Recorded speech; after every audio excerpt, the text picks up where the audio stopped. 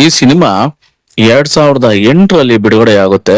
Mental Manja ಖ್ಯಾತಿಯ Arjun ನಾಯಕನಾದ್ರೆ Ashwini big boss ನಲ್ಲಿ ಇದ್ರಲ್ಲ ಅವರು ನಾಯಕಿಯಾಗಿರ್ತಾರೆ. ಉಳಿದಂತೆ ಸತ್ಯಜಿತ್, ಆಶಾಲತಾ, ಪ್ರಮೀಳಾ ಜೋಶಾಯ್, ಹೊನ್ನವಳ್ಳಿ ಕೃಷ್ಣ ಇನ್ನು ಸಾಕಷ್ಟು ಕಲಾವಿದರು ಈ ಸಿನಿಮಾದಲ್ಲಿ ನಟಿಸ್ತಾರೆ. ಕತೆ, ಚಿತ್ರಕಥೆ, ಸಂಭಾಷಣೆ, ಸಾಹಿತ್ಯ ಇವುಗಳ ಜೊತೆಗೆ ಚಿತ್ರದ ನಿರ್ದೇಶನವನ್ನು ಕೂಡ ಸಾಯಿ ಸಾಗರ್ ಅವರು ಮಾಡಿದ್ರೆ. ಇನ್ನು ಈ ಸಿನಿಮಾಗೆ ಚಳುವಳಿ ನಾರಾಯಣ ಅವರು ನಿರ್ಮಾಪಕನ ಮಾಡ್ತಾರೆ, ದುಡ್ಡನ್ನ ಹಾಕ್ತಾರೆ. ಕಥೆನ ನೋಡೋದಾದ್ರೆ ಚಿತ್ರದ ನಾಯಕ ಮಂಜ 3ನೇ ತರಗತಿಯಲ್ಲಿ ಫೇಲ್ ಆಗಿರ್ತಾನೆ. ಈತನ ತಂದೆ ಸತ್ಯಜಿತ್ ಕುಡಿತದ ದಾಸನಾಗ್ಬಿಟ್ಟಿರ್ತಾನೆ. ತಾಯಿ ಮತ್ತು ತಂಗಿಯರ ಜೊತೆ ವಾಸ ಮಾಡ್ತಾ ಇರ್ತಾನೆ.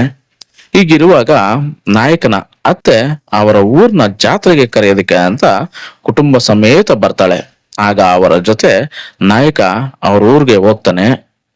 ಸೊ ಅತ್ತೆಯ ಮನೆಯ ಎದುರು ಮನೆಯಲ್ಲಿ ಇರ್ತಕ್ಕಂಥ ನಾಯಕಿ ಭಾಗ್ಯಳ ಮೇಲೆ ನಾಯಕನಿಗೆ ಪ್ರೇಮ ಉಂಟಾಗುತ್ತೆ. ಆದ್ರೆ ನಾಯಕಿ BCom ಪದವೀಧರೆ, ಈತ 3ನೇ ತರಗತಿ ಫೇಲ್ಡ್. ಇಂತಹ ಪರಿಸ್ಥಿತಿಯಲ್ಲಿ ನಾಯಕ ನಾಯಕಿನ ಹೋಲಿಸ್ಕೊಳ್ಳಲು ನಾನಾ ಕಸರತ್ತು ಮಾಡ್ತಾನೆ. ನಾಯಕಿಯ ಅಣ್ಣ ದೊಡ್ಡ ರೌಡಿ. ಅದು ಅಲ್ಲದೆ ನಾಯಕಿಗೆ ಈಗಾಗ್ಲೇ ನಿಶ್ಚಿತಾರ್ಥ ಕೂಡ ಆಗೋಗಿರುತ್ತೆ. ಈ ವಿಷಯ ನಾಯಕನಿಗೆ ಗೊತ್ತಾಗುತ್ತೆ ಕೂಡ. ಸೊ ನಾಯಕ ಮುಂದೆ ಏನ್ ಮಾಡ್ತಾನೆ? ನಾಯಕಿ ಒಂದಾಗ್ತಾರ? ಇವರಿಬ್ಬರ ವಿಷಯ ನಾಯಕಿಯ ಅಣ್ಣನಿಗೆ ಗೊತ್ತಾಗುತ್ತಾ? ಚಿತ್ರದ ಕ್ಲೈಮ್ಯಾಕ್ಸ್ ಏನು ಮುಂತಾದ ಪ್ರಶ್ನೆಗಳಿಗೆ ನೀವು ಈ ಸಿನಿಮಾ ಒಂದ್ಸಾರಿ ನೋಡಿದ್ರೆ ತುಂಬಾ ಚೆನ್ನಾಗಿ ಅರ್ಥ ಆಗುತ್ತೆ. ಬಟ್ ಆದ್ರೂ ನಾನು ಒಂದ್ ಸ್ವಲ್ಪ ಹೇಳ್ತಾ ಹೋಗ್ತೀನಿ. ಒಟ್ಟಾರೆ ಫಲಿತಾಂಶ ಚಿತ್ರದಲ್ಲಿ ಕತೆಗಿಂತ ಚಿತ್ರಕಥೆಗೆ ಪ್ರಾಮುಖ್ಯತೆ ಹೆಚ್ಚಾಗಿದೆ ಅಂತ ಹೇಳ್ಬೋದು. ನಾಯಕ ಅರ್ಜುನ್ ಅವರ ನಟನೆ ಅತಿರೇಕ ಅನ್ಸಿದ್ರು ಅರ್ಜುನ್ ಒಬ್ಬ ಒಳ್ಳೆಯ ನಟ. ಭಾವನಾತ್ಮಕ ದೃಶ್ಯಗಳಲ್ಲಿ ಪ್ರೇಕ್ಷಕರನ್ನ ಹಿಡಿದು ಇಡುವಂತೆ ಅಭಿನಯಿಸುವ ಶಕ್ತಿ ಅವರಲ್ಲಿದೆ ಅಂದ್ರೆ ತಪ್ಪಾಗಲಾರದು. ಈ ಅವಕಾಶನ ನಿರ್ದೇಶಕರು ಸಖತ್ತಾಗಿ ಬಳಸ್ಕೊಂಡಿದ್ದಾರೆ ಅಂತ ಹೇಳ್ಬೋದು. ಆದರೂ ಮಧ್ಯಂತರ ಅವಧಿ ಬರುವ ತನಕ ಒಂದು ಫೈಟ್ ರೋಮಾಂಚನಕಾರಿಯಾಗಿ ಮೂಡಿ ಬಂದಿದೆ. ಫೈಟ್ ನೋಡಿದ ನಂತರ ಈ ಫೈಟ್ ನಲ್ಲಿ ಬಂದ ನಟ ಇಷ್ಟೊಂದು ಈ ಚಿತ್ರದಲ್ಲಿ ಅಭಿನಯಿಸಿದ್ದು ಅಂತ ಸ್ವಲ್ಪ ಕನ್ಫ್ಯೂಸ್ ಆಗುತ್ತೆ. ಯಾಕಂದ್ರೆ ಆ ಫೈಟ್ ನೋಡಿದ್ರೆ ಫೈಟ್ ದೃಶ್ಯಕ್ಕಾಗಿ ನಾಯಕನ ಶ್ರಮ ಈ ಸಿನಿಮಾದಲ್ಲಿ ಎದ್ದು ಕಾಣುತ್ತೆ. ಇದೇ ಶ್ರಮವನ್ನ ನಟನೆಯ ವಿಷಯದಲ್ಲೂ ಎಫರ್ಟ್ ಅನ್ನ ಹಾಕಿದರೆ ನಾಯಕ.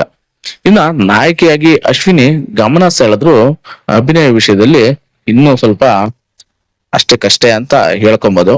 ಉಳಿದಂತೆ ಹಿರಿಯ ನಟರಾದ ಹೊನ್ನವಳ್ಳಿ ಕೃಷ್ಣ, ಶನಿ ಮಹಾದೇವಪ್ಪ, ಆಶಾಲತಾ, ಪ್ರಮೀಳಾ ಜೋಶಾಯ್ ತಮ್ಮ ಪಾತ್ರಕ್ಕೆ ಒಳ್ಳೆ ನ್ಯಾಯನ ಒದಗಿಸಿದರೆ. ಇನ್ನು ಸಾಯಿ ಸಾಗರ್ ಅವರು ಎಲ್ಲ ವಿಭಾಗದಲ್ಲೂ ಕೆಲಸ ಮಾಡುವಂತ ಪ್ರತಿಭೆ.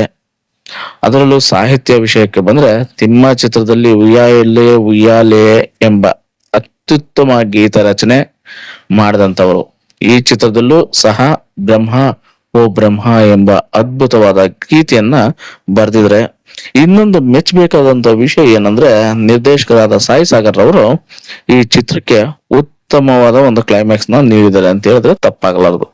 ಕನ್ನಡದ ಮತ್ತೊಂದು ಯಶಸ್ವಿ ಚಿತ್ರದಲ್ಲಿ ಈ ಚಿತ್ರದ ಕ್ಲೈಮ್ಯಾಕ್ಸ್ ನ ಅವ್ರು ಬಳಸ್ಕೊಂಡಿದ್ರೆ ಅಂತ ಹೇಳಿದ್ರೆ ತಪ್ಪಾಗಲ್ಲ ಗುರು.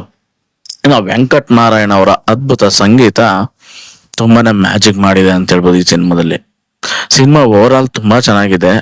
ಸೊ ಮೆಂಟಲ್ ಮಂಜಾ ಅಂತಕ್ಕಂಥ ಸಿನಿಮಾ, ಈ ಸಿನಿಮಾ ಎಷ್ಟು ಚೆನ್ನಾಗಿದೆ ಅಂದ್ರೆ ವಂಡರ್ಫುಲ್ ಸಿನಿಮಾ.